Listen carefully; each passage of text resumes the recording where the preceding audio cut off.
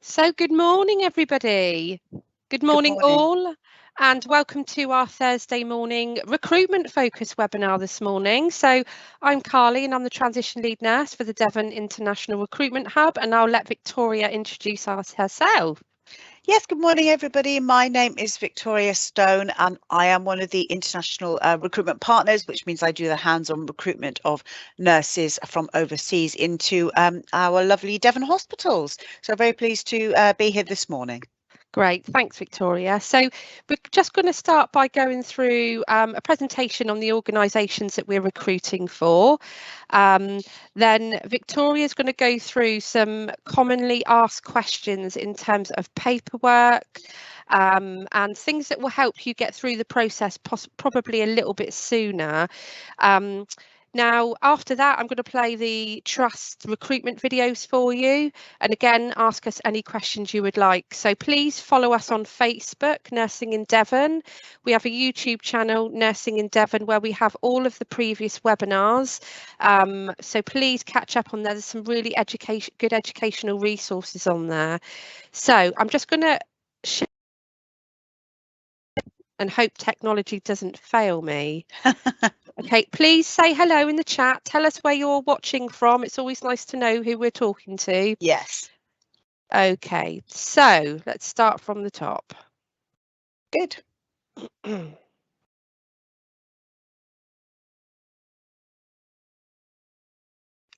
Okay, so welcome to Devon NHS. So there's a beautiful photo there of Devon coastline.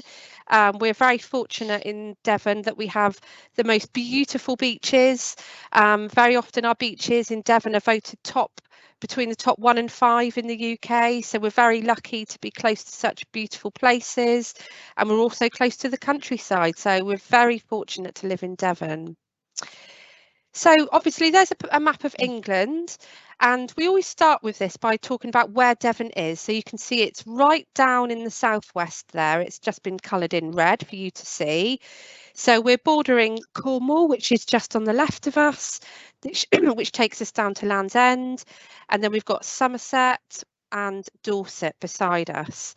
So Devon offers easy reach of international airports and direct trains, buses, transport links to London. So it really is a good place for you to be in terms of visiting and sightseeing. Now, the Devon International Recruitment Hub, we recruit for 6 of our local hospitals in Devon, and they specialise in trauma and orthopaedics, cardiology, neurology and surgery, general medicine, general surgery, emergency medicine and critical care and mental health. So we really do cover all of those bases.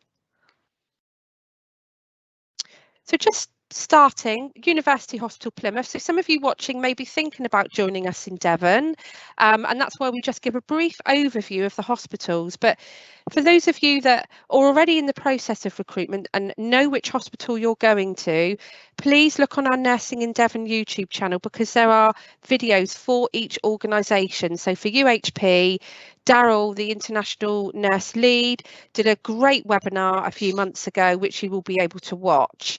So University Hospital Plymouth is obviously based in Plymouth, which is a city, and it is a regional specialist teaching hospital. So that's probably the biggest hospital that we recruit for.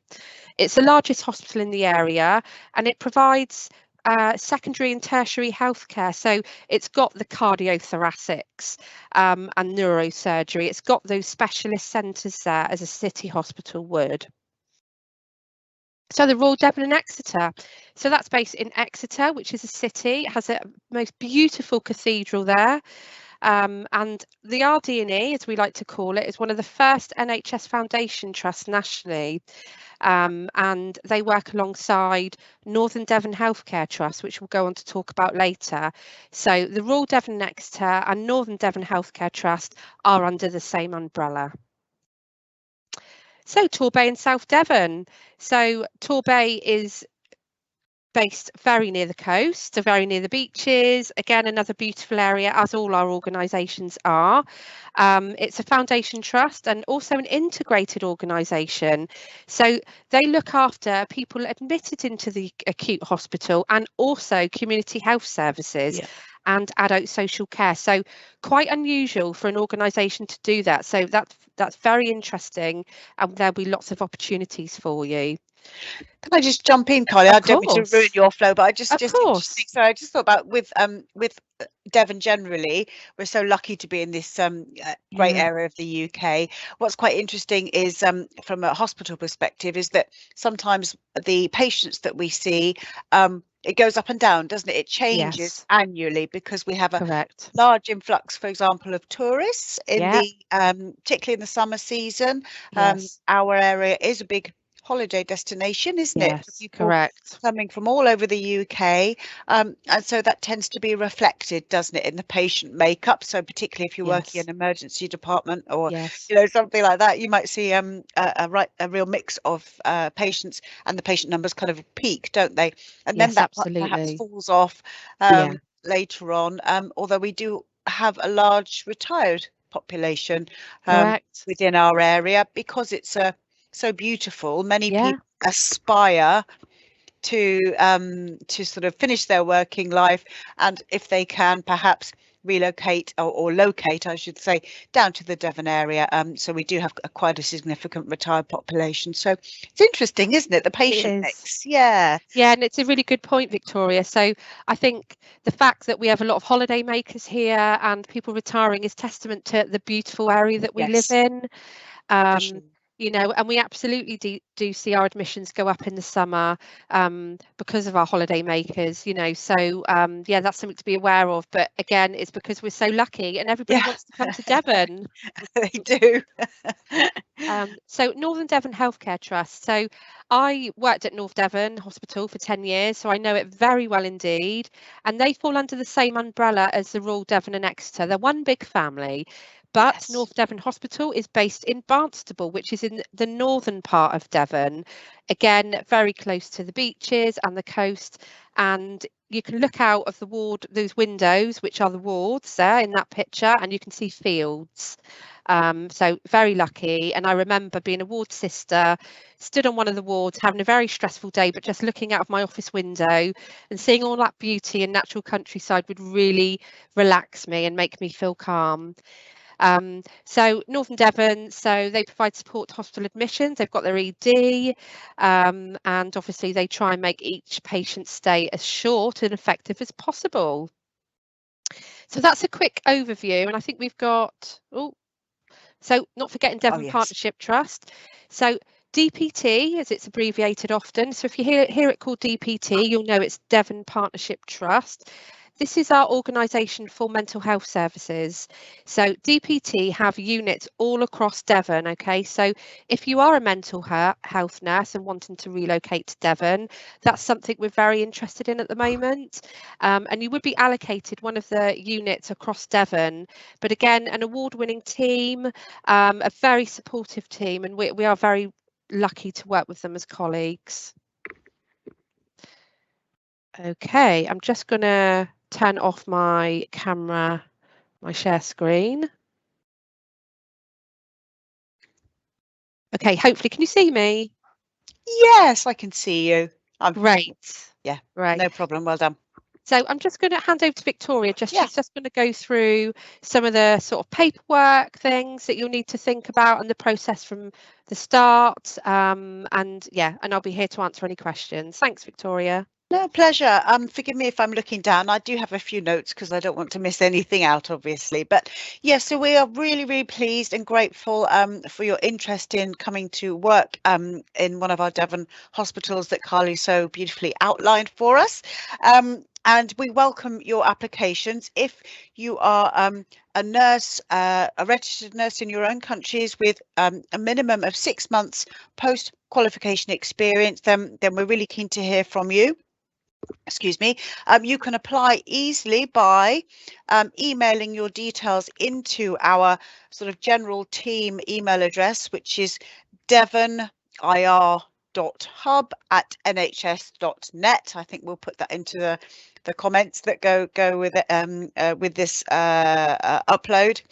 And yes, and then you will get a response from our team. We there is a sort of minimum requirement that we need, apart from the 6 months post-registration experience, post-qualification experience, forgive me, which is you will need to have passed your English exam, so that will be your IELTS or your OET at the required standard.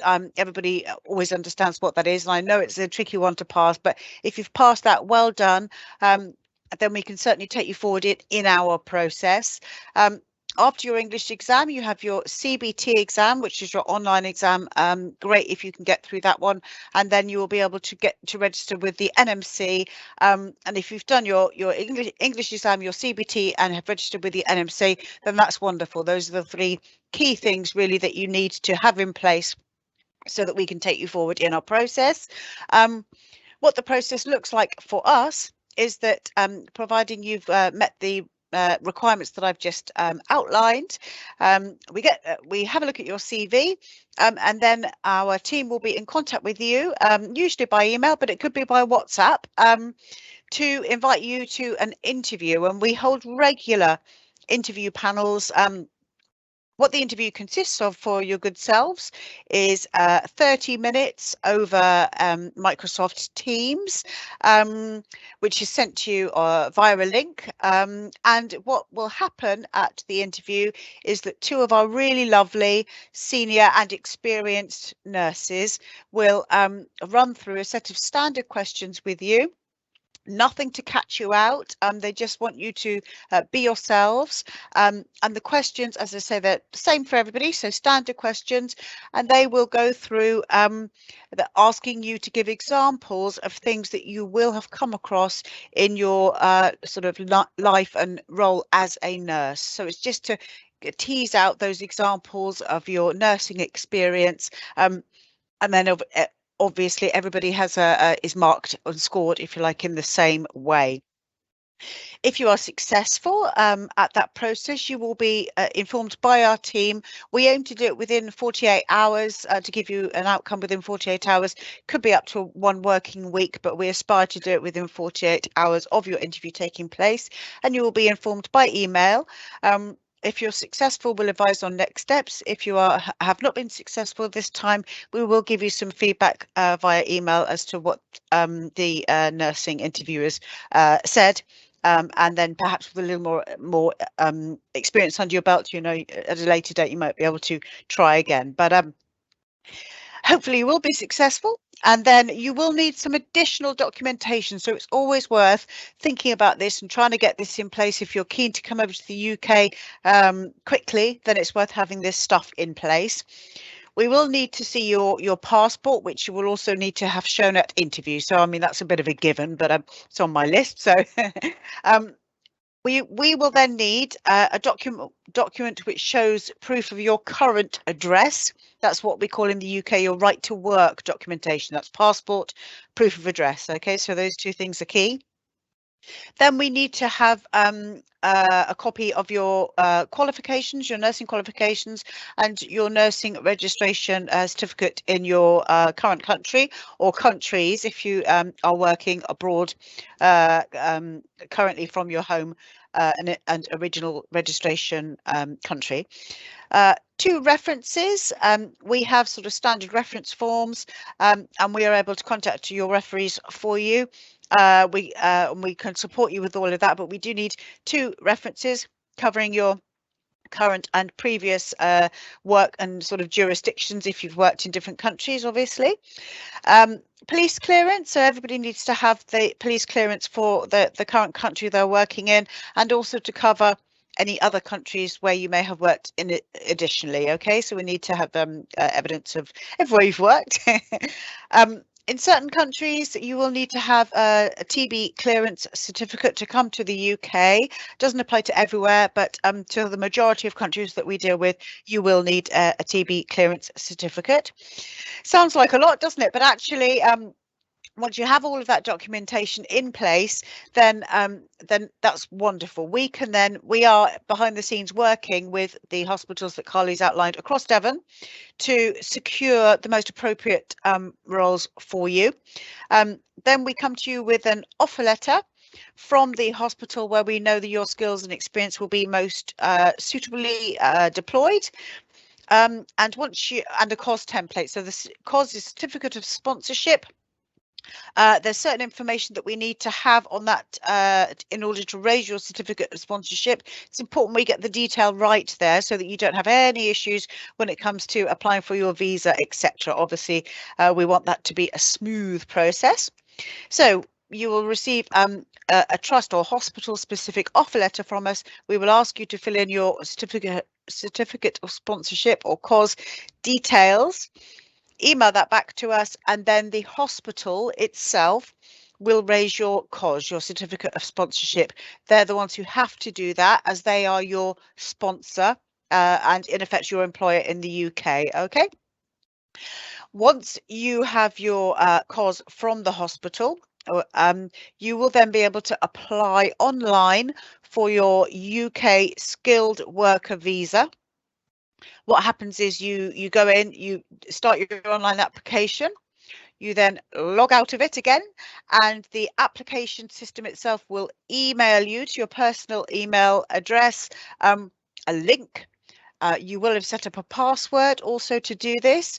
We then need to have your link and password so that the trust, the hospital, is able to log into your application and pay for your visa. So it's great that you don't have to pay for it. The hospital will pay for it, and we will guide you through that process. Okay.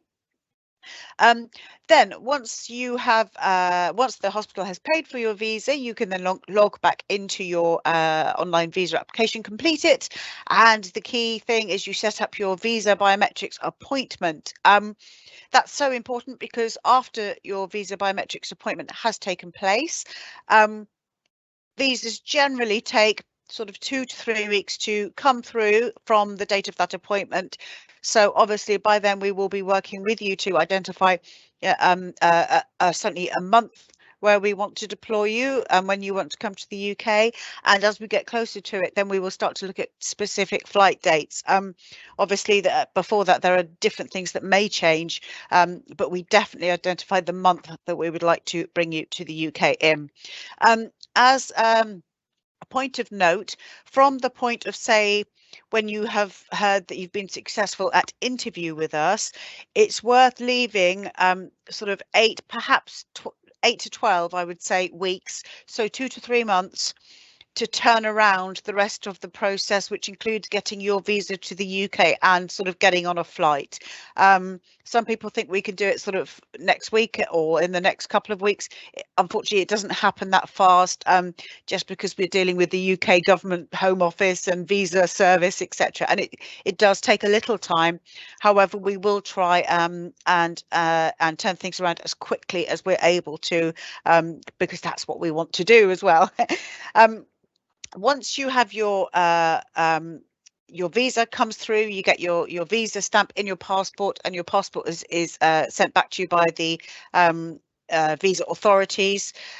You then let us send us a copy of your visa stamp page in your passport, and then the hospital is able to contact you directly and they will book your flight to the UK, liaise with you on that, advise, baggage, etc. And yeah, and then it's all systems go, as that's a good expression, isn't it?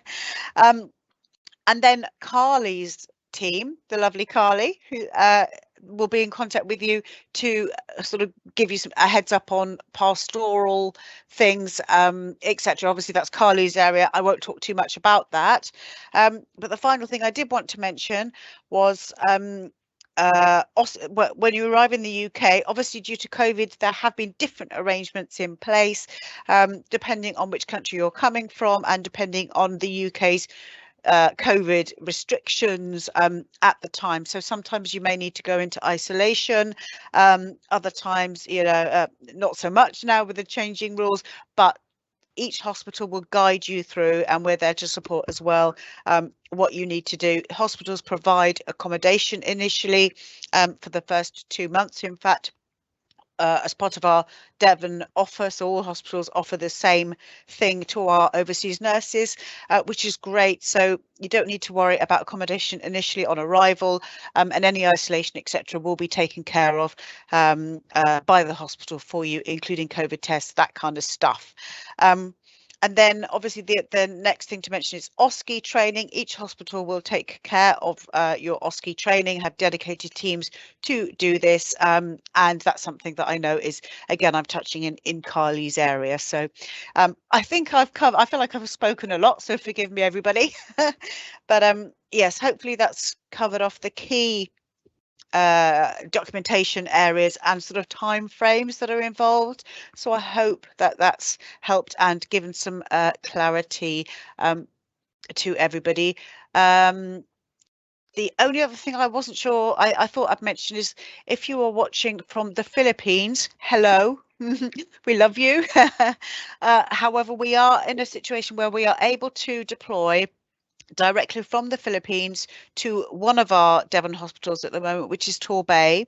We are waiting expectantly to have the appropriate government level licenses in place. We have been pushing and trying to get those in place for a while now, and I understand we are close, but these licenses would enable us to deploy nurses from the Philippines to our other hospitals, Exeter, Plymouth, and North Devon, not just Torbay. So I thought I'd mention that because I'm sure some people are wondering why we haven't been able to move on that. That's lovely. Thank you so much. Victoria. No, it's really good. And I know that we've got some nurses on here now that are just going through that onboarding process and waiting for visas and outcome letters. And I'm just wondering, so in terms of COVID vaccinations, so one of the questions I'm commonly asked in our WhatsApp groups is, do I need to isolate on arrival? I haven't had my vaccines. What should I do? Do I need to get a pre-cohort test before I fly to the UK? And I know we are our information we take from our Gov UK site, don't we, which says all that. But I just wondered if you had any other sort of guidance on that. Yes, I mean, I think it's worth. So it's an ever-changing situation. So I have to say that in my recent dealings, we have been asking nurses if they have been vaccinated against COVID, and if so, what brand or what type of vaccination. And I've had a smooth experience insofar as the vaccinations the nurses have been recognised by the UK government. However, I know that if we have nurses watching who haven't yet had the opportunity to be vaccinated against COVID, then that's not a problem at all. We, the hospitals, facilitate each new nurse coming in that doesn't have protection or vaccination yet against COVID. They will I don't know whether they arrange, as in they take you to the appointment, but they certainly signpost you to how you can get your appointment to get your vaccinations in place.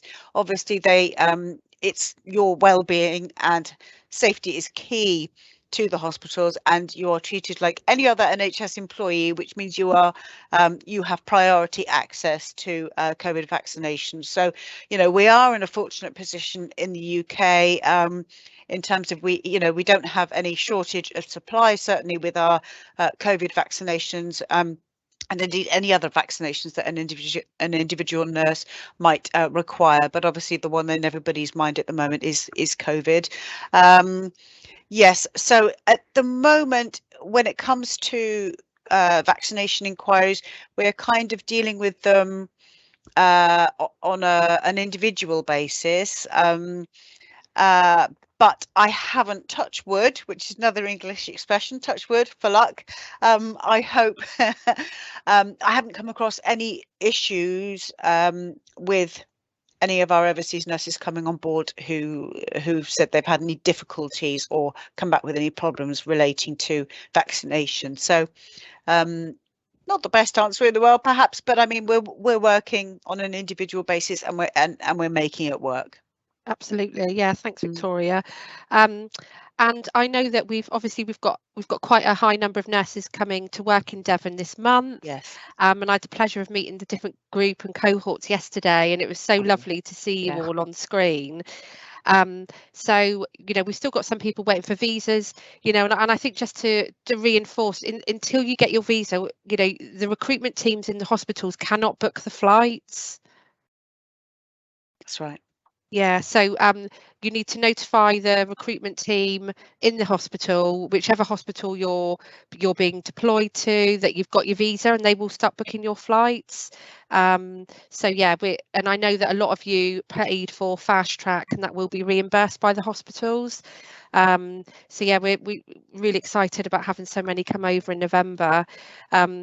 So I'm just wondering, in terms of, do you have any sort of commonly asked questions that are emailed into your inbox, Victoria, that we might be able to go through now?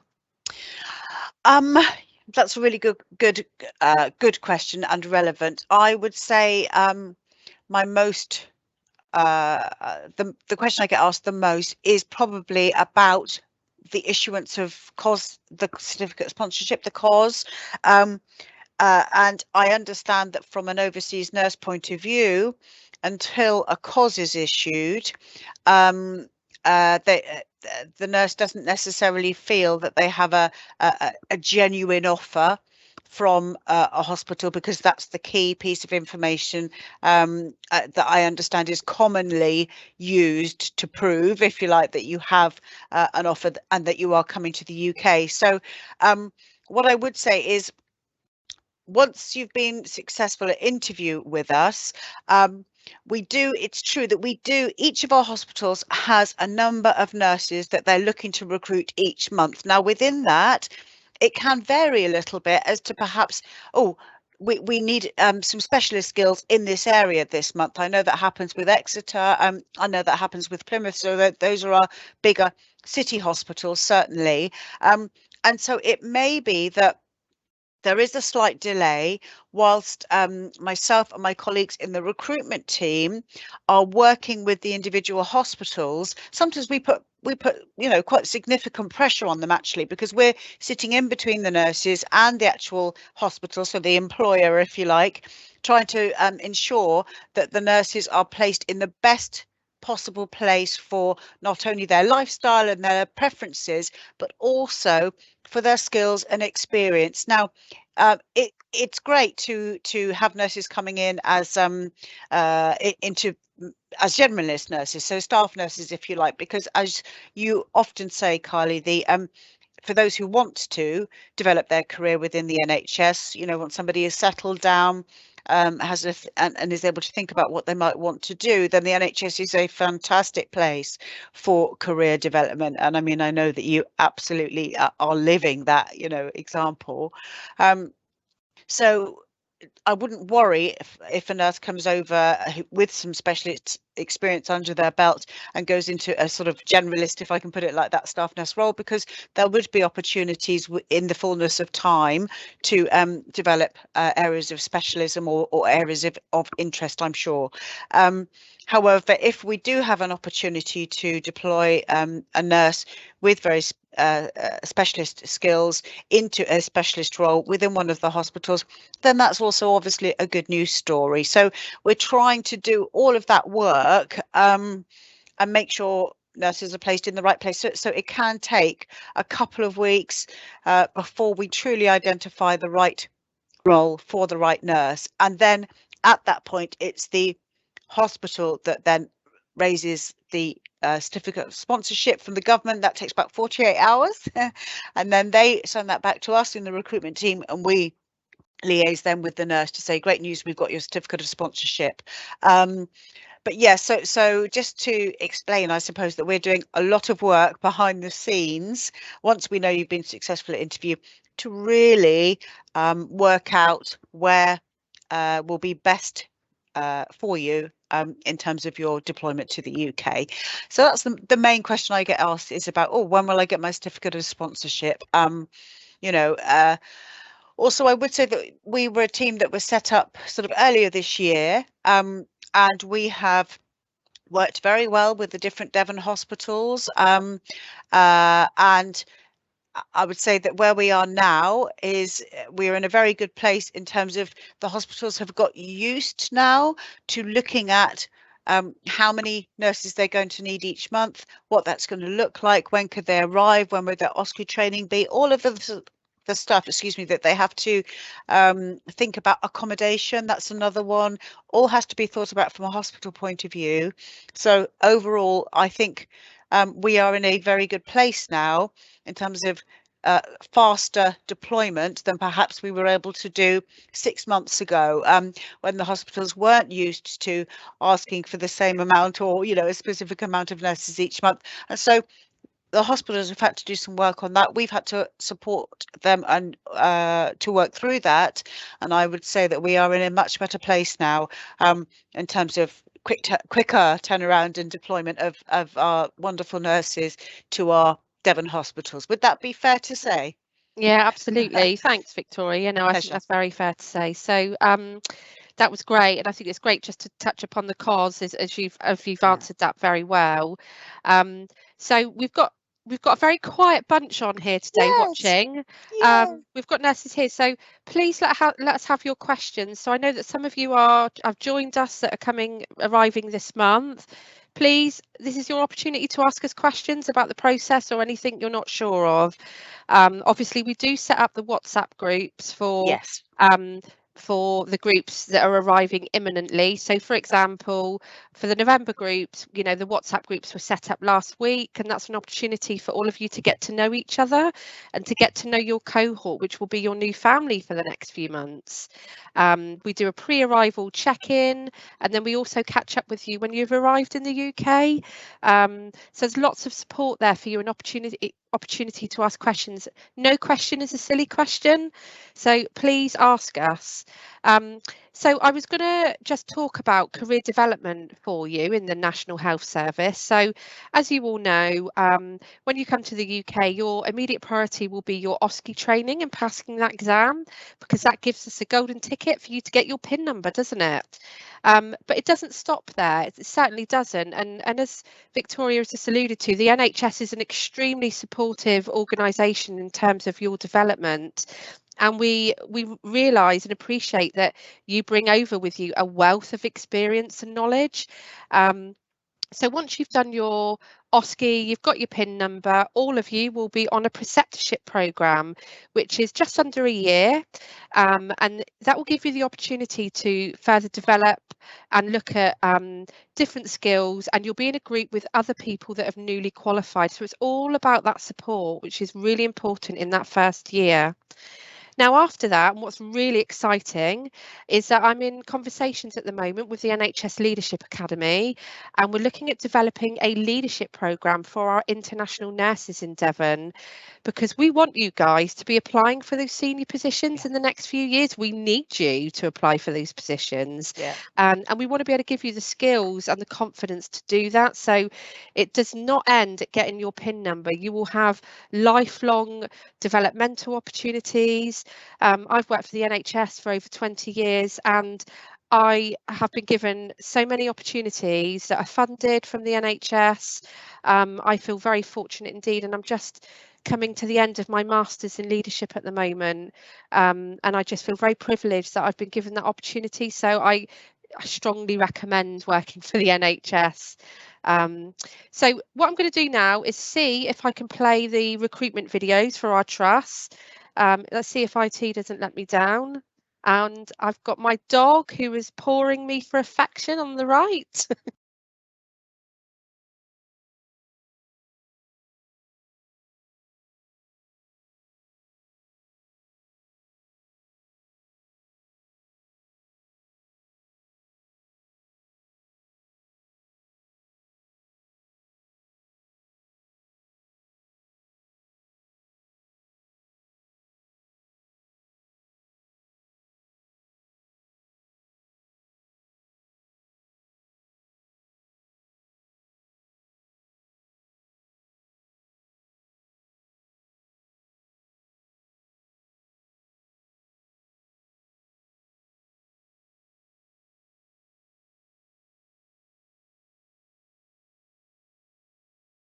Just having a few problems sharing at the moment. Just bear with.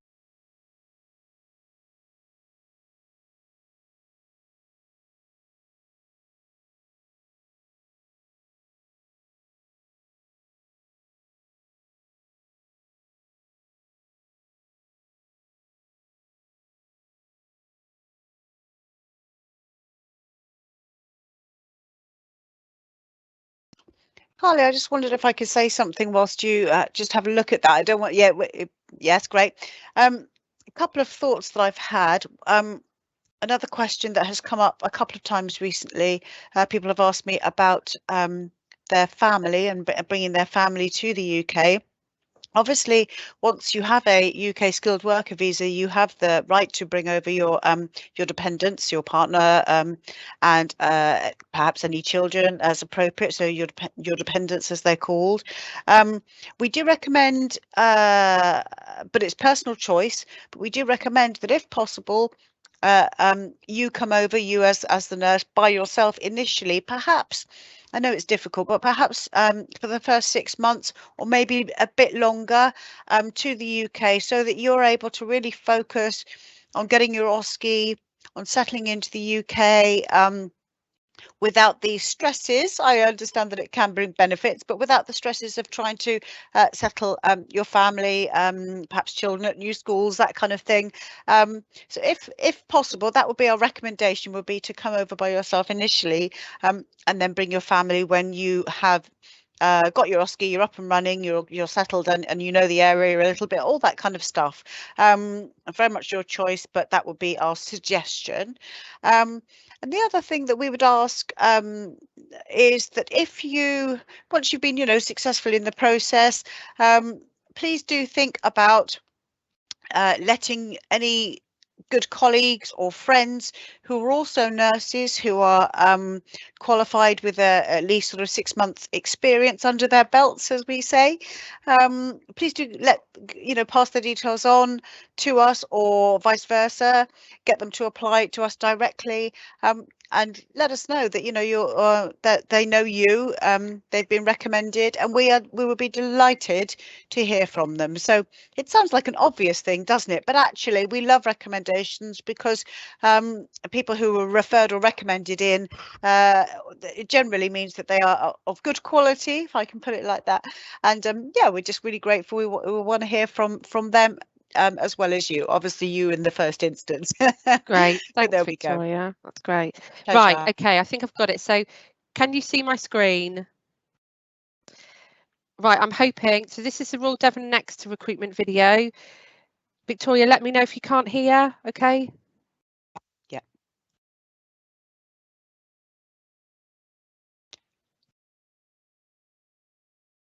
No volume at the moment. No, can't hear it, Carls. You probably need to unshare it and then reshare it again, and tick the share with sound button.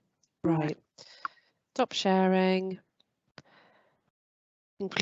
Include computer sound. Well done. Thank you, lovely Laura. Very clever. Excuse the voice. Finger itself.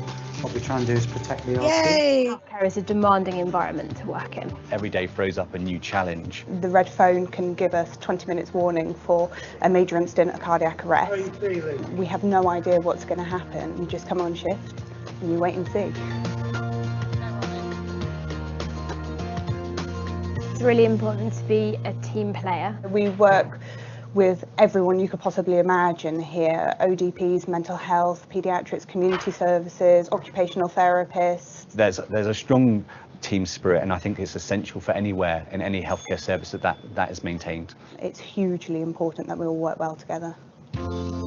Hi ladies. One of the things I really get a buzz from in this job is dealing with really difficult situations and being able to turn them around and hopefully get a good outcome. How's Mr. Adicott today?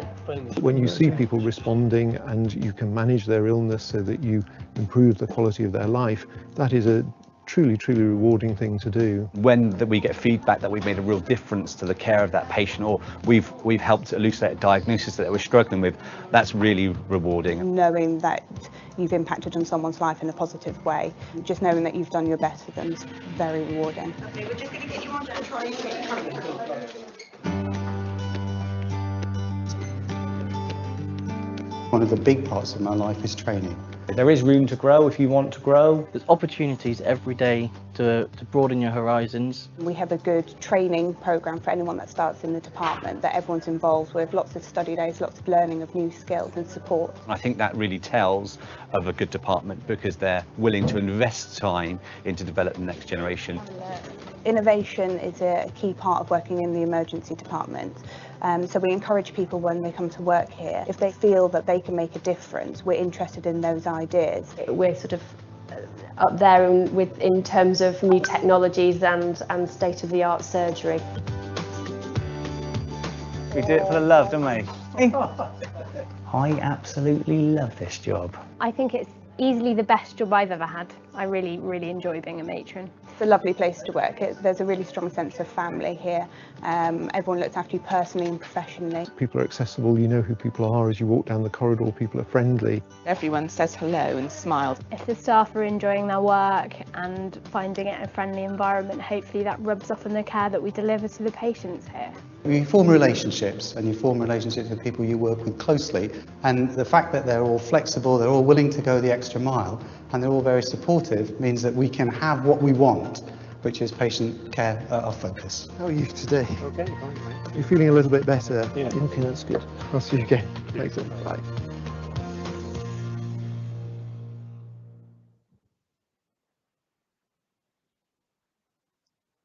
Okay, that's great.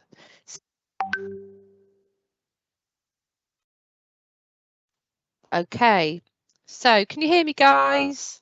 Yep. Yes, yeah, Great. we can hear you. Lovely. So I love that video from the RD&E. It really embraces that sort of that community feel and family support that you get there. Yeah. So let's just go on to the Northern Devon video and screen share.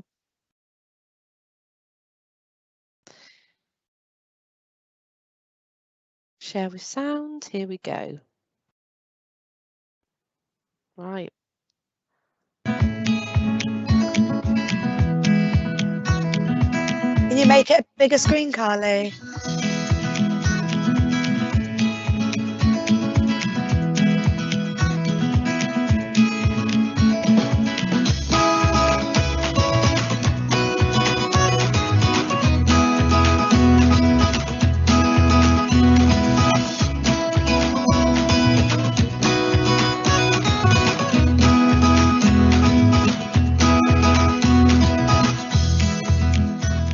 I came down and worked in Devon straight away because it's where I always wanted to be.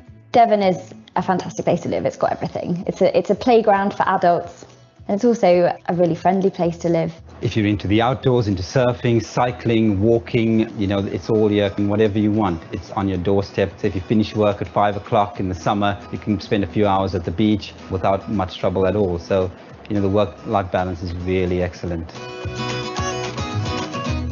It's a fantastic place to work. It's a small hospital. It's a very friendly hospital to work at, so everyone knows each other, and it's very easy to get things done with that sort of personal contact. I think team dynamics is excellent. There's always supervision, there's always positivity, and you never feel alone. I think that, for me, is one of the best things, that you've just got such a great support network. The hospital offers all the challenges that you'd look for within a surgical career, but at the same time, there's the most dynamic and outstanding surrounding countryside. The real attraction of North Devon is the climate that we're in and the landscape. It's also a great place to raise kids and to raise a young family. I live a bit further south on the edge of Dartmoor. From where I live, I can be up the top of Sawton Tor with my kids within half an hour of leaving my house, and that's really quite special. We're a very research active trust, so we have annually a recruitment of about 700 patients into clinical trials across 70 different studies, and that's across many fields of medicine, surgery, and as well as doctors heading up research, we have allied health professionals doing so as well. So we have physiotherapists, we have nurses who are heading up studies. So yeah, we have a very diverse portfolio. We're one of the top bowel cancer screening programs in the country. Even though we may be a smaller hospital, there is room here for growth and to ensure we're at the cutting edge of NHS care. There's fantastic opportunities for trainees coming through the hospitals, as well as consultants looking to work here. There's the opportunities to learn some complex operating at the same time in a fantastic location. The staff are really friendly and you really feel valued. The hospital is small enough to have a really tight-knit, close community team. However, it's big enough to allow you to progress wherever you want to do, take your learning wherever it wants to go, and just have the best career that you possibly could have. I think it's fantastic being able to live in an area of the country where for children there's a very outdoors atmosphere, houses are affordable, schools are fantastic. I decided to move down here, away from the hustle and bustle of the city, and it's just so much more relaxing. Everybody is so friendly. We have the surf, which is on our doorstep. You've got the beach, and you've got all of the Exmoor as well. So it's perfect, good balance between work and lifestyle, and generally pretty good summer weather here. So I'm pretty happy about that. Within moments of leaving the hospital, you can be either in the water, on the beach, or up on the moors. It's the hills and the sea that I love about the West Country. Definitely, this is one of the most beautiful places I have ever seen. I came and worked at North Devon District Hospital and I don't want to leave.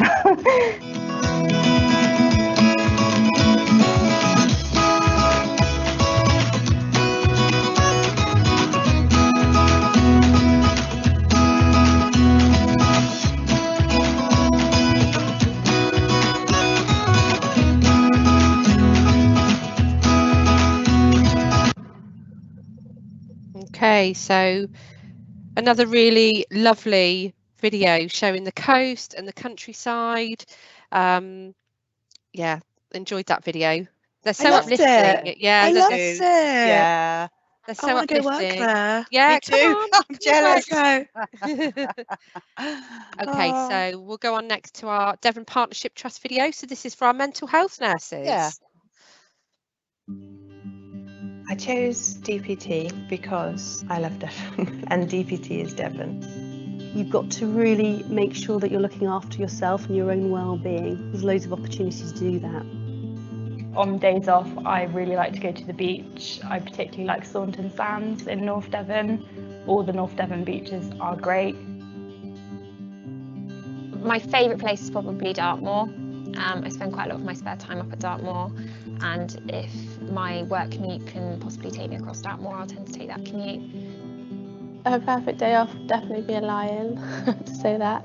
Probably just getting out and fresh air, probably going shopping, maybe lunch somewhere, just catching up with people really.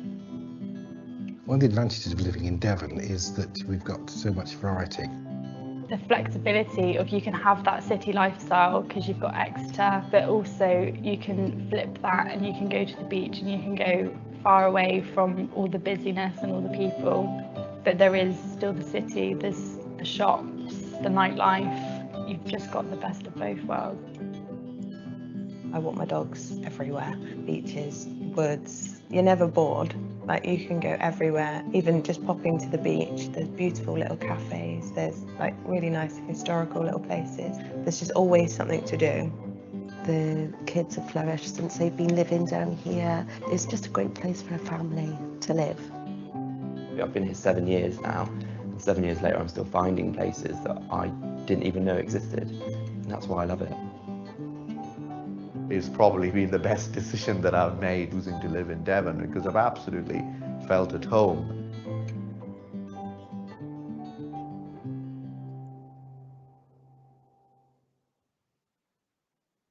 Yeah, so I think you're probably getting a feel for Devon now, this beautiful coastal line, the beaches, the countryside.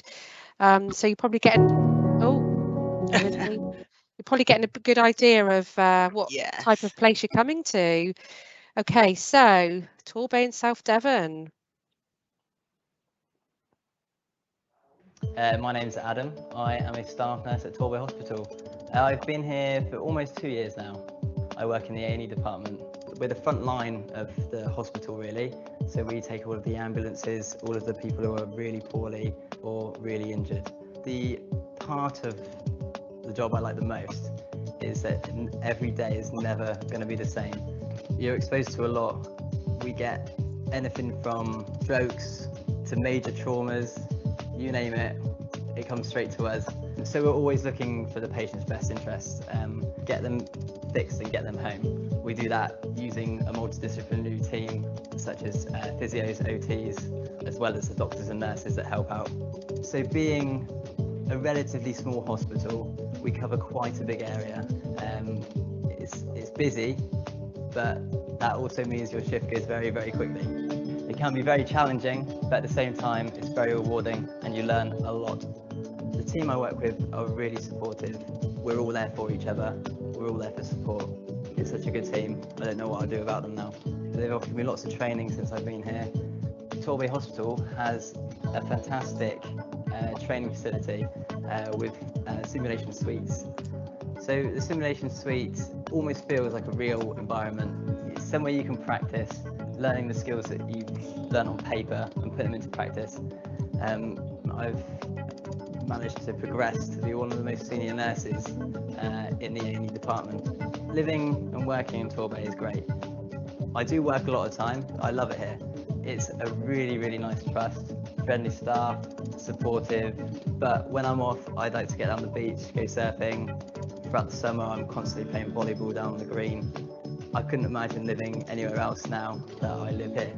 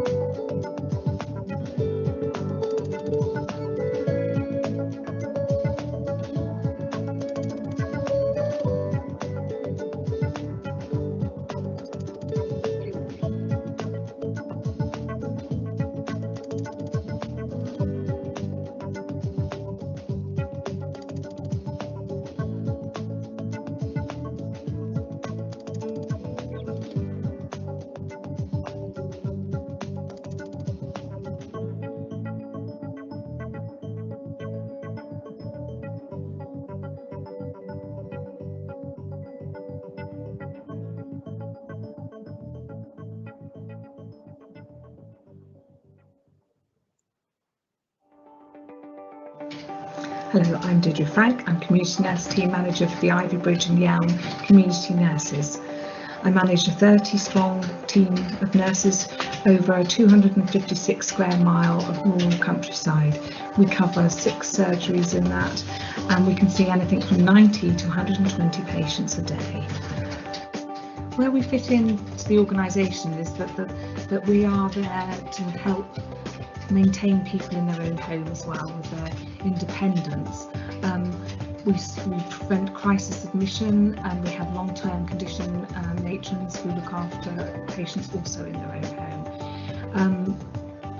We do a lot of end-of-life care for patients whose preferred place of care is to be at home, and to enable us to do that, we work very, very closely with the GPs and the hospice, Marie Curie teams, social services, even our therapists are there to help us during that time.